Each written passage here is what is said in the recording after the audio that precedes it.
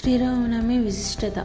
దశావతారాల్లో 7వ అవతారంగా రావణ సంహానార్థమే శ్రీరాముడు వసంత ఋతువులో చైత్ర శుద్ధ నవమి గురువారం నాడు పునర్వాసు నక్షత్రప కర్కట లగ్నంలో మధ్యాహ్నం 12 గంటలకు జన్మించారు. ప్రతి సంవత్సరం ఈ రోజునే శ్రీరామనవమిని పండుగలా జరుపుకుంటాం. శ్రీరాముని జన్మదినమైన చైత్ర శుద్ధ నవమి నాడు శ్రీరామనవమికి పూజలు జరుపుకుంటాం. దేశవ్యాప్తంగా రామునికి పూజలు జరుగుతాయి. శ్రీరామనవమి రోజుల్లో వీధులలో పెద్ద పెద్ద తాటాకు పందిళ్ళు వేసి సీతారామ కళ్యాణం చేస్తారు. శ్రీరాముడి అరటి పండ్లంటే చాలా ప్రీతికరం. కొలిచేటప్పుడు అరటి పండ్లతో నివేదన తప్పనిసరి.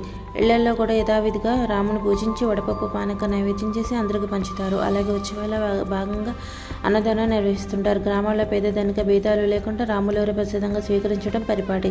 శ్రీరామనవమి రోజున సీతారామ కళ్యాణం చేసి సకల శుభాలు చేకూరుతాయి, అష్టైశ్వర్యాలు చేకూరుతాయి. అయోధ్య రాజైన దశరథుడు రాణి కౌశల్యాలు జరిపిన పుత్ర కామిష్టి యాగ ఫలితంగా కలిగిన సంతానం శ్రీరాముడు.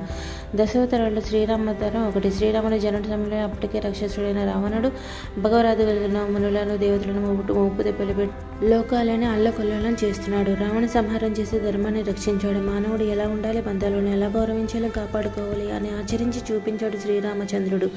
మనం శ్రీరామనవమి పండుగను భద్రాచలంలో ఏ రోజైతే చేస్తారో అదే రోజు అందరూ అన్ని ప్రాంతాల వారు జరుపుకోవాలి. శ్రీరామనవమి రోజున ఉదయం 6 గంటలకు నిద్రలేచి తలను స్నానం చేసి పసుపు రంగు దుస్తులు ధరించాలి. పూజా మందిరం ఇల్లు మొత్తం శుభ్రం చేసుకోవాలి. పూజా మందిరం గడపకు పసుపు కుంకుమ, ఇంటి ముందు రంగవల్లికలతో అలంకరించుకోవాలి.